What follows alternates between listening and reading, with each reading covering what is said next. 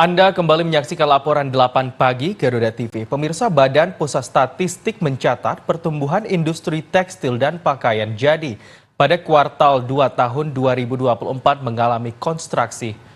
Itu dikaitkan dengan kabar badai bahwa akan terjadi PHK yang tengah menerpa pekerja di Indonesia, salah satunya pada industri tekstil. Dalam rilis yang disampaikan oleh Edi Mahmud selaku Deputi Bidang Neraca dan Analisis Statistik BPS pada Sabtu 5 Agustus, pada 5 Agustus 2024 menunjukkan bahwa industri tekstil nasional sedang tertekan. Pasalnya Edi menyampaikan bahwa industri tekstil pada kuartal 2 tahun 2024 mengalami kontraksi atau penurunan pertumbuhan bisnis perekonomian baik secara tahunan maupun secara kuartal. Hal ini pun selaras dan dikaitkan dengan data dari Konfederasi Serikat Pekerja atau KSP yang mencatat terdapat sekitar 13.800 buruh tekstil yang terkena pemutusan hubungan kerja sejak Januari hingga Juni 2024. Selain itu, menurut data dari Kementerian Tenaga Kerja, sebanyak 32.064 pekerja terkena PHK, dengan Jakarta menjadi provinsi paling banyak terdampak PHK, yaitu 7.469 pekerja. Yang pertama, Pak, mohon info growth industri tekstil dan pakaian jadi di kuartalan dan tahunan di Q2 tahun 2024. Ini barangkali terkait masalah beberapa berita terakhir ini ya. Jadi untuk industri tekstil dan pakaian jadi pada triwulan 2 tahun 2024 itu terkontraksi minus 0,03% secara year on year. Jadi terkontraksi, tapi kalau dilihat dari besarannya cukup kecil ya, 0,03%, dan secara Q to Q atau Q to Q, kuartal to kuartal, itu terkontraksi juga sebesar minus 2,63%. Jadi untuk Q2 ini tahun 2024 pertumbuhan tekstil, industri tekstil pakaian jadi kontraksi baik secara year on year maupun secara Q to Q.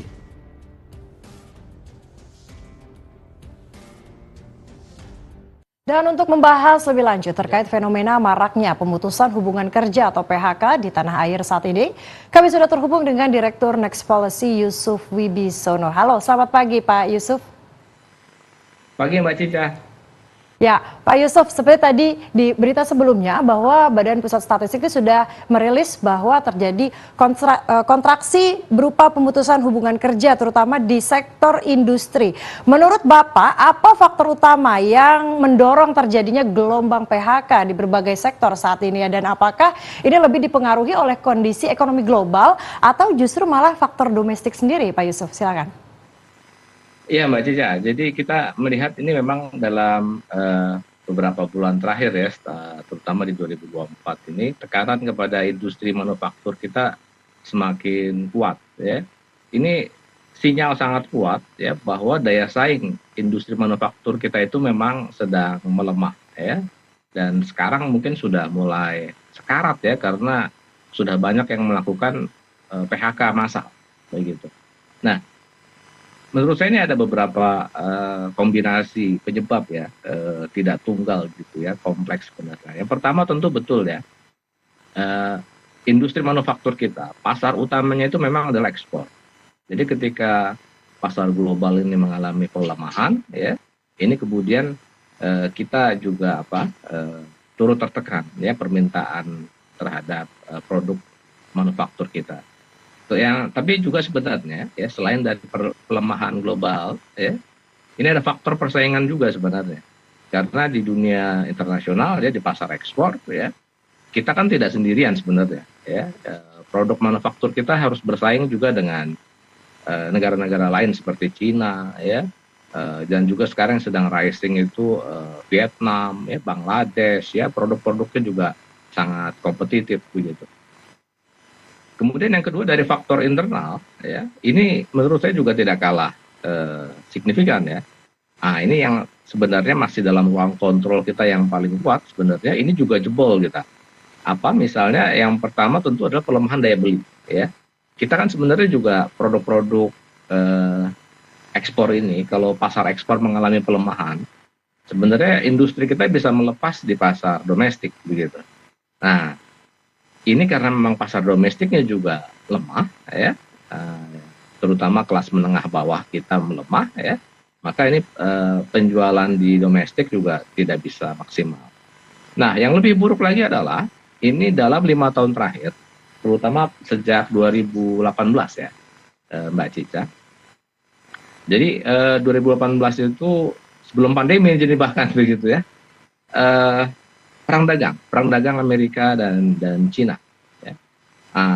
Perang dagang Amerika Cina ini membuat produk Cina ini ditolak di pasar Amerika, ya, dan juga kemudian pasca pandemi COVID, ya, ada perang Rusia Ukraina, ya, ini kemudian juga banyak membuat produk Cina juga mengalami kesulitan di pasar-pasar Eropa dan lainnya, ya. Ini produk Cina ini kemudian mengalami oversupply-nya luar biasa, ya, dan Cina berkepentingan agar industri domestiknya tetap berjalan. Mereka tidak mau industri mereka berhenti. Jadi apa yang dilakukan? Produk Cina yang sangat banyak ini, yang oversupply ini, kemudian yang biasanya dilempar ke negara-negara maju, yang biasanya dilempar ke negara-negara kaya, ya, sekarang dilempar ke negara berkembang juga, termasuk kita, begitu. Nah, ini yang kita kemudian hari ini tahun-tahun belakangan ini kita melihat impor ilegal itu luar biasa di kita. Jadi ini ada dampak yang luar biasa ke kita, ya, di mana Cina ini produknya sangat murah. Ciri yang paling utama itu ciri sangat murah begitu. Baik, Jadi, Pak, ini Pak Yusuf ini terkait dengan dampak juga. Saya penasaran bagaimana Anda menilai dampak dari gelombang PHK ini terhadap pertumbuhan ekonomi di Indonesia secara keseluruhan, Pak? Apakah ada sektor yang paling terpukul dalam hal ini? ya, Mas Habib, jadi industri manufaktur ini adalah sektor yang paling penting dalam menyediakan lapangan pekerjaan. Kenapa? Karena di kita ini industri manufaktur kita masih didominasi oleh industri padat karya, begitu.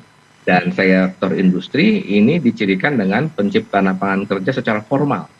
Jadi orang bekerja secara formal, dapat gaji bulanan, dapat tunjangan kesejahteraan, dapat asuransi, ini itu dan seterusnya, begitu ya.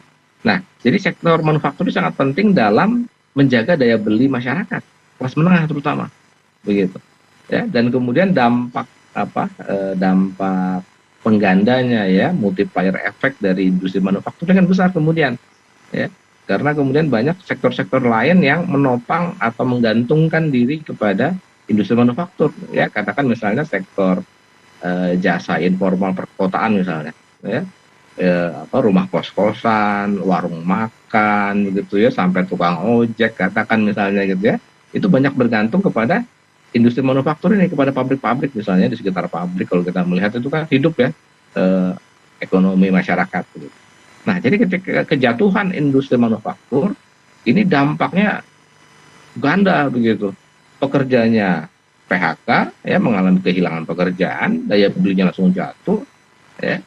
Kemudian sektor-sektor yang terkait yang selamanya menopang si industri manufaktur mengalami kejatuhan juga, keruntuhan. Pabriknya tutup, ya, itu rumah kos-kosan di sekitar pabrik tutup semua langsung, nggak ada yang nyewa, begitu, nggak ada yang sewa. Rumah makan di sekitar pabrik tutup semua langsung, nggak ada lagi yang beli makan siang, makan ini di sekitar tersebut. Sampai tukang ojek misalnya, dan semuanya itu berhenti semua di sekitar pabrik, begitu. Jadi ini yang kemudian kita melihat cepat sekali nih terjadi spiral efeknya, begitu ya. Ketika industri manufakturnya jatuh, pabrik-pabrik tutup, kemudian PHK massal, ya, ini spiral efek dari penurunan daya beli masyarakat itu kemudian kita lihat sangat terasa. Gitu. Kalau dilihat dari sisi pemerintah sendiri, ya, apakah peran kebijakan pemerintah dalam menanggulangi gelombang PHK ini sudah cukup efektif begitu Pak. Kalau saya mengutip dari pernyataan Pak Erlangga Hartarto, beliau menyatakan bahwa penyerapan tenaga kerja ini masih tinggi. Seperti itu.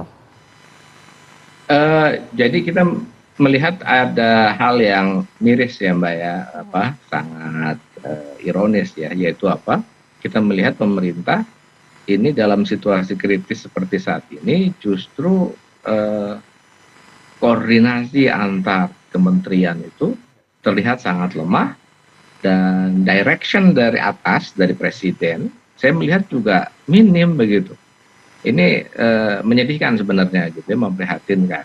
Kalau kita lihat misalnya ya, pertama yang paling mudah ya dalam jangka pendek ya, ini kita membutuhkan langkah perlindungan yang kuat kepada industri domestik. Yang pertama pemberantasan impor ilegal.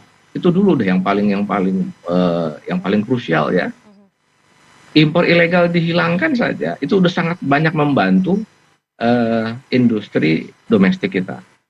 Kemudian yang kedua yang masih dalam ranah pemerintah nih ya, selain pemberantasan impor ilegal, yang kedua adalah pembatasan impor ya untuk produk-produk yang memang sudah tidak wajar. Ini ya daya saingnya gitu dalam tanda petik. Murahnya itu kelewatan ya, terutama produk Cina. Tadi itu produk Cina ini kalau kita melihat itu sudah sampai harganya itu udah sama dengan biaya produksi, bahkan lebih rendah sekarang kata teman-teman industri manufaktur itu. Jadi kan nggak masuk akal ya kalau ada produk harganya di bawah biaya produksi begitu. Jadi misalnya baju ya, kaos begitu ya, 100.000 dapat 3 atau 4 potong misalnya, itu kan udah nggak masuk akal gitu ya. Gimana itu harga dari merekanya begitu ya bisa sampai di sini di Indonesia harga kaos itu 100.000 bisa dapat 3 potong gitu ya, itu nggak masuk akal. Jadi pembatasan impor yang digagas oleh Kemenperin ya, itu kemudian dibuat peraturannya oleh Kemendak ya, kita kemudian dapat pembatasan impor dari Kemendak. Ini kan kemarin sesama kementerian kita melihat ada silang pendapat ya, akhirnya dikeluarkan pembatasan impor, dicabut lagi begitu ya, gara-gara katanya kontainer menumpuk di pelabuhan ya, oleh Kemenko dan Kemenko Perekonomian minta dicabut ya, dan kemudian setelah dicabut sekarang kita melihat industri berteriak lagi begitu ya, karena ini banjir lagi impor begitu. Nah ini padahal industri sudah sekarat begitu, industri sudah sekarat, dan ini pemerintah masih nggak firm ya, gonta-ganti kebijakan terus ya, hanya dalam hitungan bulan, 3 bulan cabut lagi peraturan. Ini kan menyedihkan begitu. Industri kita sektor real kita, industri manufaktur kita udah teriak-teriak ya, sudah sekarat ya, ini kebijakan masih nggak firm, nggak jelas arahnya begitu, dan dari presiden terlihat tidak ada perhatian yang cukup gitu ya. Ini masih sibuk ke IKN kalau saya melihat gitu ya. Ya ini kan harus ada prioritas ya, pemerintah harus punya prioritas dong. Ini sangat menyangkut hajat orang banyak gitu. Mbak, terkait dengan kebijakan pemerintah juga ini, kira-kira pemerintah bisa melakukan apa terkait dengan menanggulangi dan mengatasi PHK yang kian marak ini ya, kian kontraksi begitu Pak. Apakah ada tindakan yang bisa diambil pemerintah untuk mengatasi hal ini secara cepat, dan tindakan apa kira-kira yang tepat dilakukan saat ini Pak? Singkat saja. Ya, jadi tadi Mas Habib ya, saya melihat dalam jangka pendek industri kita membutuhkan perlindungan segera, cepatnya begitu. Perlindungan yang cepat dalam jangka pendek ya, menurut saya berlakukan lagi ya kebijakan pertek ya, pertimbangan teknis untuk masuknya impor barang konsumsi yang diproduksi oleh industri dalam negeri kita ya, pakaian jadi misalnya ya, sepatu ya, itu produk-produk yang memang diproduksi dalam negeri, diproduksi oleh industri domestik kita, lakukan segera secepatnya pembatasan impor ya, melakukan lagi segera pembatasan impor, disambil di saat yang sama secepatnya juga kita memberantas impor ilegal Nah, ini mafia-mafia impor ilegal ya. Bagaimana agar bisa diberantas secara efektif ya. Ini kan juga pasti membutuhkan effort yang sangat kuat ya. Karena kita juga melihat kalau impor ilegal ini sangat masif, tentu kemungkinan ada permasalahan dalam birokrasi atau banyak oknum-oknum yang bermain kemungkinan ya. Ini kan membutuhkan arahan yang sangat kuat ya, langsung dari presiden yang menurut saya seharusnya ya langkah ini dipimpin langsung oleh presiden ya. Kenapa? Agar jangan sampai tadi yang saya sebutkan di depan tadi ya, bagaimana agar dampak spiral efek ya dari kejatuhan industri manufaktur, PHK dan seterusnya ini bisa kita cegah di depan. Karena kalau sudah terlanjur sudah. Baik Pak Yusuf Wibisono, terima kasih atas bincang paginya pada hari ini. Artinya jika saya menarik kesimpulan bahwa memang diperlukan peran pemerintah untuk memberantas impor ilegal dan juga membatasi impor, serta sinergitas antara kementerian untuk bisa melindungi pekerja di Indonesia. Terima kasih Pak Yusuf Wibisono atas waktunya, salam sehat.